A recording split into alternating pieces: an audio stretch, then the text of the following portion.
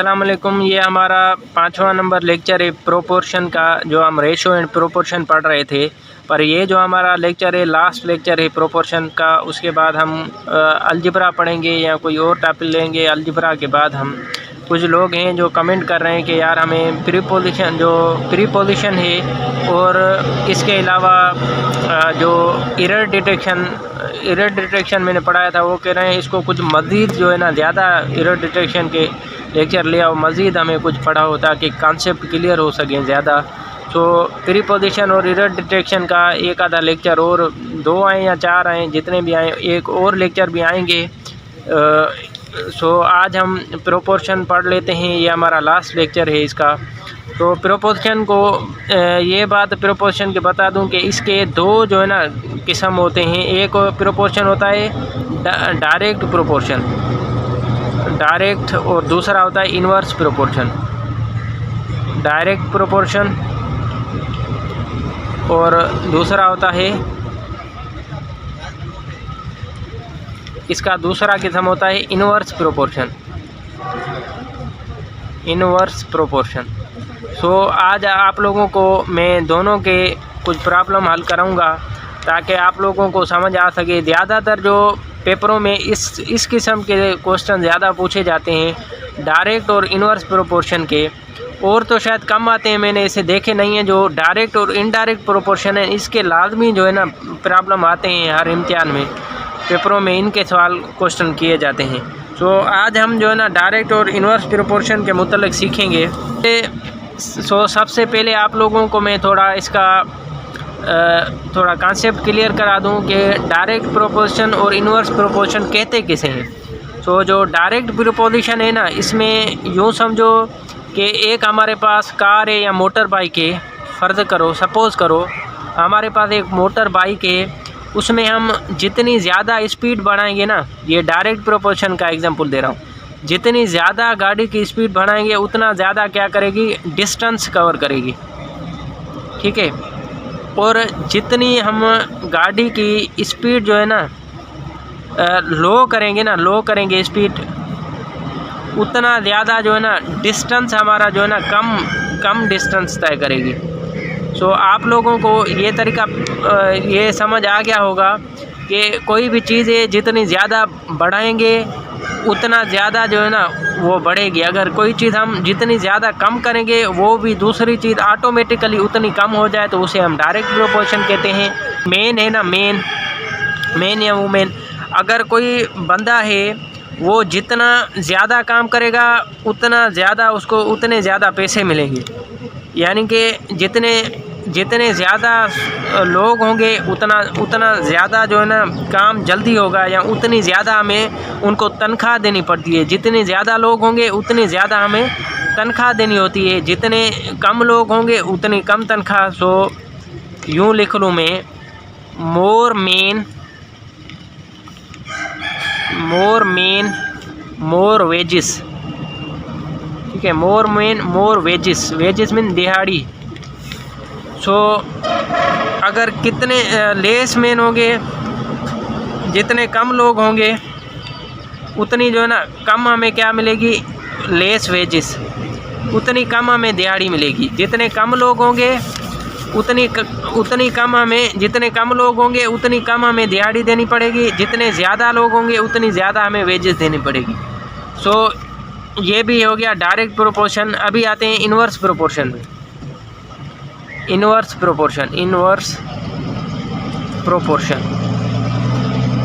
Proportion का अभी एक आधा कोई एग्जांपल दे दूं। देखो, इन्वर्स प्रोपोर्शन हम किसे कहते हैं। अगर फॉर एग्जांपल में सपोज़ करो, एक जो है ना जितने ज़्यादा लोग होंगे, मेन पे ही ले लेते हैं, जितने ज़्यादा लोग होंगे कोई काम कर रहे हैं, जितने ज़्यादा लोग होंगे उतना काम जो है ना जल्दी हो जाएगा। ठीक है, डेज उसमें क्या लगेंगे, कम लगेंगे। जितने ज़्यादा लोग होंगे उधर क्या लगेंगे, डेज कम लगेंगे, लेस डेज। अगर जितने कम लोग होंगे, लेस मेन मोर डेज। आप लोगों को मैं समझता हूँ ये समझ आ रहा होगा। यानी कि एक चीज़ बढ़ाने से दूसरी चीज़ कम हो जाए, और एक चीज़ कम होने से दूसरी चीज़ बढ़ जाए उसे हम कहते हैं इन्वर्स प्रोपोर्शन। एक और भी मिसाल ले लेता हूँ मैं। अगर फॉर एग्ज़ाम्पल मोटर बाइक ही का ले लें, अगर जितनी ज़्यादा स्पीड देंगे मोटर को हम जितना स्पीड देंगे उतना क्या लगेगा, टाइम कम लगेगा, लेस टाइम। ठीक है, जितनी ज़्यादा स्पीड दे रहे हैं, एक चीज़ बढ़ा रहे हैं, ये आप लोगों ने, ठीक है, मोर स्पीड यहाँ पर लिख दूँ। एक चीज़ बढ़ा रहा हूँ, दूसरी चीज़ क्या हो रही है, कम हो रही है। अगर हम स्पीड कम करेंगे, क्या करेंगे, स्पीड कम करेंगे तो हमें क्या लगेगा, वक्त ज़्यादा लगेगा। यानी कि एक चीज़ कम करने से दूसरी चीज़ बढ़ जाए उसे हम कहते हैं इन्वर्स प्रोपोर्शन। उम्मीद है कि ये आप लोगों को समझ आ गया होगा। सो इन्वर्स और डायरेक्ट और इनडायरेक्ट, यानी कि डायरेक्ट और इन्वर्स प्रोपोर्शन का आप लोगों को समझ आ गया होगा। अभी इसके एक आधा कोई प्रॉब्लम कर लेते हैं। एक मैं प्रॉब्लम बल्कि लिख लेता हूँ यहाँ पर।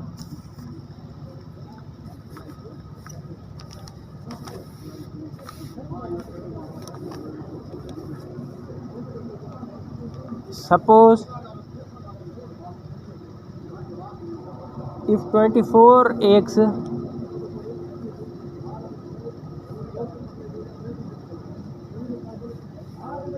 are bought for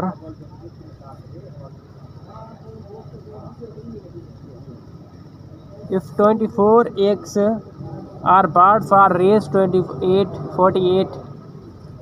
48, how much will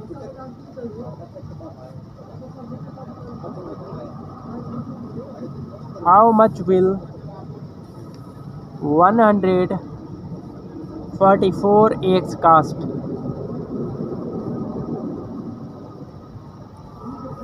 suppose करो, एक एग्जांपल मैंने सपोज कर लिया है कि इफ़ 24 eggs आर बाट फॉर रेस 48, अगर 24 यानी कि 24 एग हम खरीद कर रहे हैं 48 रुपये में, how much will 144 eggs cast?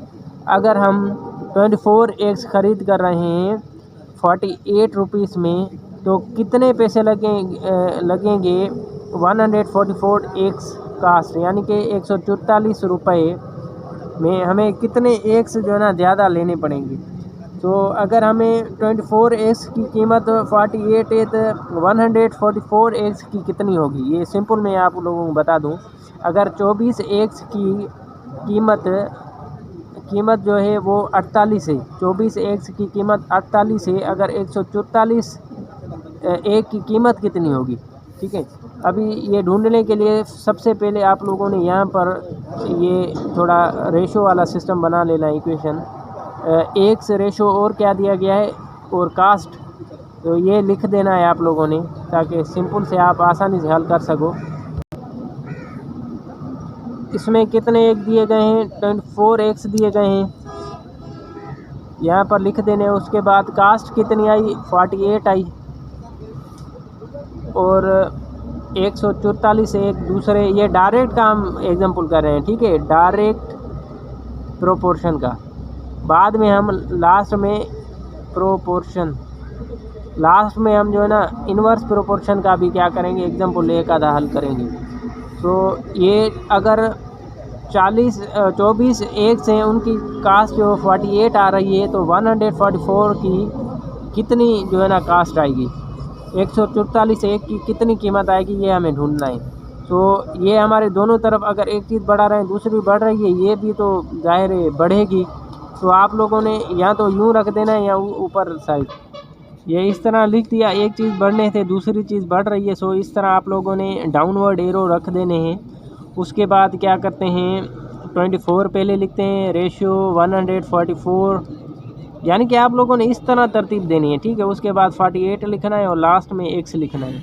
तो इसको एक्सट्रीम के साथ मीन को मीन के साथ मल्टीप्लाई करें, यहाँ पर कितना हो जाएगा, 24x is equal to 144 into 48।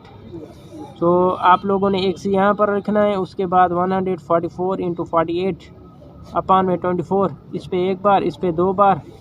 तो आप लोगों ने 144 को अगर इसके साथ 2 के साथ मल्टीप्लाई करो, 144 और 44 288 मेरे ख्याल में ये इसका आंसर है। सो उम्मीद है कि ये आप लोगों को प्रॉब्लम आसानी से समझ आ गया होगा।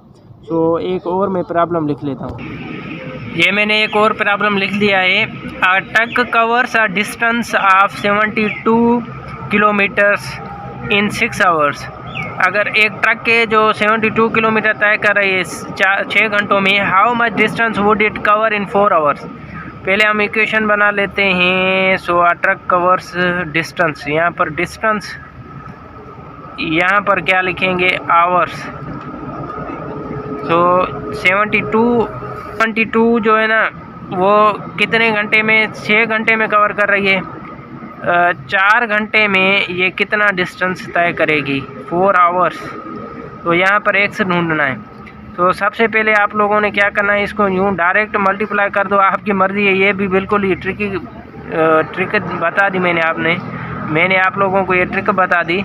पर अगर आप इस तरह नहीं करना चाहो, आप चाहते हो कि ये इसको यूँ डाउनवर्ड एरो लिखना है, उसके बाद 72 रेशो एक्स प्रोपोर्शन, यहाँ पर 6:4 लिखने के बाद आप लोगों ने इसको इसके साथ मल्टीप्लाई करना है। कितना आ जाएगा, 6x इधर इस साइड 72 इंटू 4। इसको आप लोगों ने मल्टीप्लाई करना है। जो आंसर मिले वो आप लोगों ने नीचे लिख देना है। सो पहले मैं ऐसा करता हूँ कि इज इक्वल टू, ये इस साइड मल्टीप्लाई करा, इस साइड डिवाइड करेगा अपॉन 6। सो आगे आप लोगों ने क्या करना है, इस पर खोड़े लगाने हैं। खोड़े लगाओ, इस पर 48 टाइम्स जा रहा है। 48 किस तरह जा रहा है, इस पर एक बार लगाएंगे 7 पे। सो कितने बचेंगे, एक बचा, 7 में से 6 गए, एक बचा, एक इस साइड ले आएंगे, 12 हो जाएंगे। इस पे 2 बार जाएगा, यानी कि 12 को अगर 4 के साथ मल्टीप्लाई करो, इसको 12 को कितना बन रहा है, 48 आ रहा है। बिल्कुल ये अंदाज़ा सही है, ये 48 आया। सो उम्मीद है कि ये आप लोगों को प्रॉब्लम समझ आ गया होगा। सो अभी इन्वर्स के कुछ प्रॉब्लम हल करते हैं, उसके बाद हम इंशाल्लाह अगले लेक्चर में मिलेंगे। कुछ इन्वर्स के पहले सॉल्व कर लें।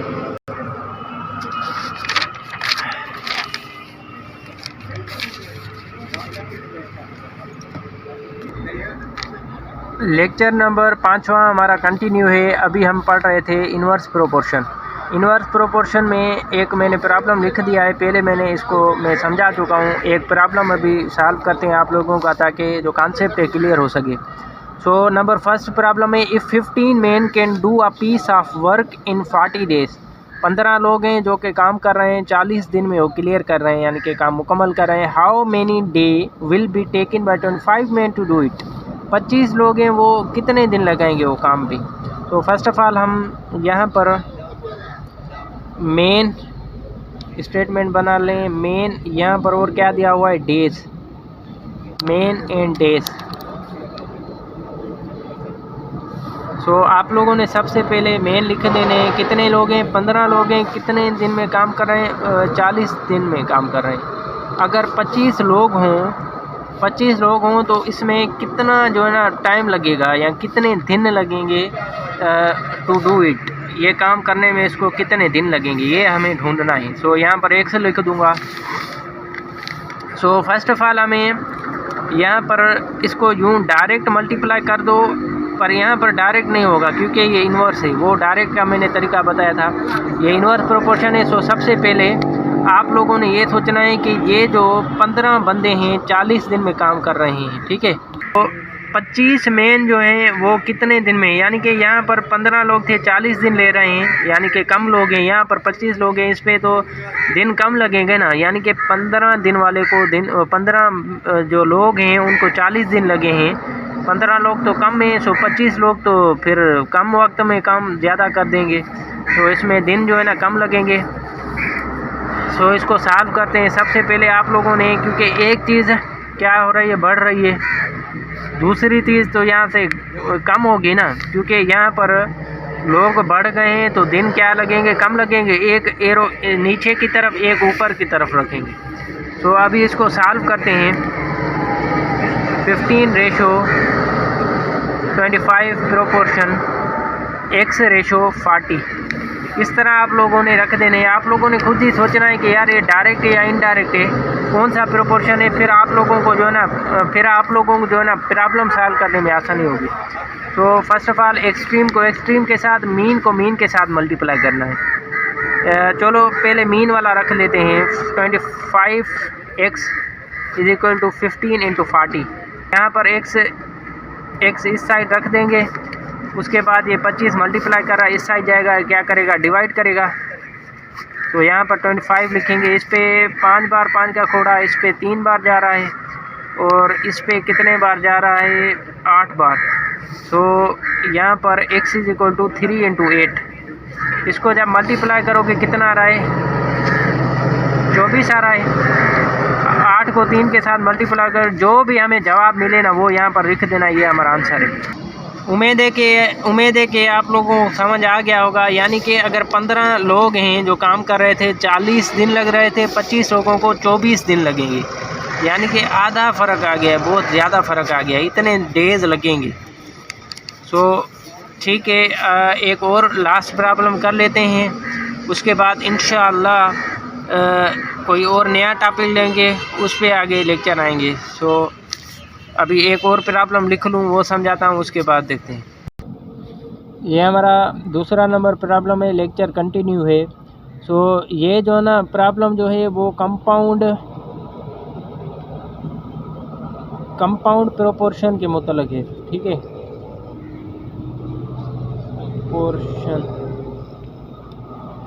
कंपाउंड प्रोपोर्शन के मुतल्लिक़ है ये हमारा प्रॉब्लम। सो सबसे पहले हम इसको रीड कर लेते हैं, उसके बाद सॉल्व करते हैं। दूसरा नंबर प्रॉब्लम है ये कि इन्वर्स ही प्रोपोर्शन पढ़ रहे थे, उसी का दूसरा नंबर प्रॉब्लम है।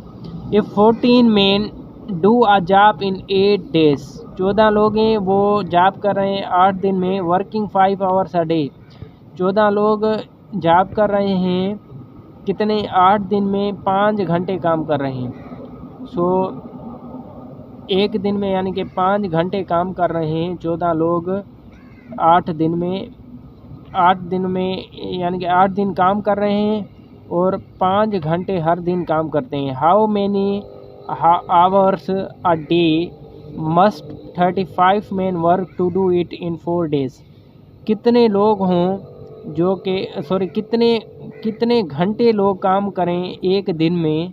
अगर 35 लोग हों तो 4 दिन में कितने घंटे काम करेंगे। 35 लोग 4 दिन में कितने घंटे काम करेंगे, अभी हमें ढूंढना है। तो सबसे पहले आप लोगों ने यहाँ पर मेन लिखना है, मेन का जिक्र हो रहा है। उसके बाद डे का काम जिक्र हो रहा है, उसके बाद आवर्स का। तो सबसे पहले हमें 14 दिन मिले हुए हैं, यहाँ पर आप लोगों ने लिख लेने 14 डेज़। तो 14 लोग हैं 8 डेज़ में कितना, 5 घंटे काम कर रहे हैं। सो 35 मेन है। दूसरी बात ये कह रहा है कि 35 मेन है, वो कितने दिन काम कर रहे हैं, 4 दिन काम कर रहे हैं। अभी इसके घंटे नहीं मिले हुए। सो हाउ मेनी आवर्स, ये हमें ढूंढना है, कितने घंटे काम करेंगे। 35 लोग 4 दिनों में कितने घंटे काम करेंगे। ठीक है, 14 लोग थे 8 दिनों में एक दिन में 5 घंटे काम कर रहे थे। तो अगर 35 लोग हैं 4 दिनों में कितने घंटे काम करेंगे, ये हमें ढूंढना है। तो सबसे पहले आप लोगों ने इस तरह, क्योंकि ये भी इन्वर्स प्रोपोर्शन है, इन्वर्स प्रोपोर्शन और ये भी इन्वर्स, यानी कि ये साइड भी इन्वर्स प्रोपोर्शन, ये साइड भी इन्वर्स प्रोपोर्शन, दोनों क्या है, इन्वर्स हैं। क्योंकि एक चीज़ बढ़ाने से दूसरी चीज़ कम हो रही है, इन्वर्स प्रोपोर्शन। सो सबसे पहले यहाँ पर 14 लोग हैं, कितने, 8 दिन में काम कर रहे हैं। अगर लोग बढ़ा रहे हैं तो दिन कम हो जाएंगे। तो एक चीज़ बढ़ाने से दूसरी चीज़ क्या हो जाए, कम हो जाए। ये बढ़ाई ये कम हो गई, ये बढ़ाई ये कम हो गई। सॉरी, ये अगर हम कम कर देंगे, 14 दिन है, 14 दिन में 8 और 14 लोग 8 दिन में काम कर रहे हैं, तो 35 लोग जो है ना 4 दिन में काम करेंगे। यहाँ पर अगर 8 दिन काम करें 5 घंटे, तो 4 दिन में ज़ाहिर है कम लोग चाहे जितने भी हों, वक्त तो कम लगेगा। यहाँ पर दिन कम है तो वक्त भी कम लगेगा। सो ये इन्वर्स है। एक चीज़ बढ़ाने से दूसरी चीज़ कम हो जाए। तो सबसे पहले आप लोगों ने क्या करना है, इसको एरो दे देना है ऊपर साइड, क्योंकि ये इंक्रीज़ हो रही है, इसको भी ऊपर के साइड ये भी इंक्रीज़ हो रही है। सो यहाँ पर आप लोगों ने नीचे की साइड, क्योंकि वक्त ऐसा है जितने दिन कम होंगे उतना कम वक्त दिखाएगा, जितने ज़्यादा होंगे ज़्यादा वक्त कम कर सकते हैं। सो यहाँ पर इन्वर्स प्रोपोर्शन है, यूँ नीचे रख देना है इसको। सबसे पहले आप लोगों ने क्या करना है, 35 लिखना है, रेशो 14। उसके बाद इस तरह आप लोगों ने करली ब्रैकेट देनी है।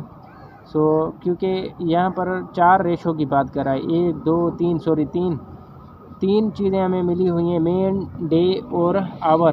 3 चीज़ें, पहले तो हम दो चीज़ें कोई भी क्वांटिटी मिली हुई थी हल कर रहे थे, अभी तीन दी हुई हैं क्वांटिटी, यानी कि इनकी बढ़ गई है। तो इसलिए आप लोगों ने इस तरह कर देना है। यहाँ पर 4:8 है, यहाँ पर लिख देना है 4:8। उसके बाद यहाँ पर रेशो दोबारा, यहाँ पर पहले 5 लिखेंगे, उसके बाद लास्ट में x। आप लोगों ने एक्सट्रीम को एक्सट्रीम के साथ, मीन को मीन के साथ मल्टीप्लाई कर देना है। अगर जब भी यानी कि ये मेन, लोग और आवर 3 चीज़ें कोई भी दी गई हो ना, इस तरह आप लोगों ने लिखना है उसको, ठीक है।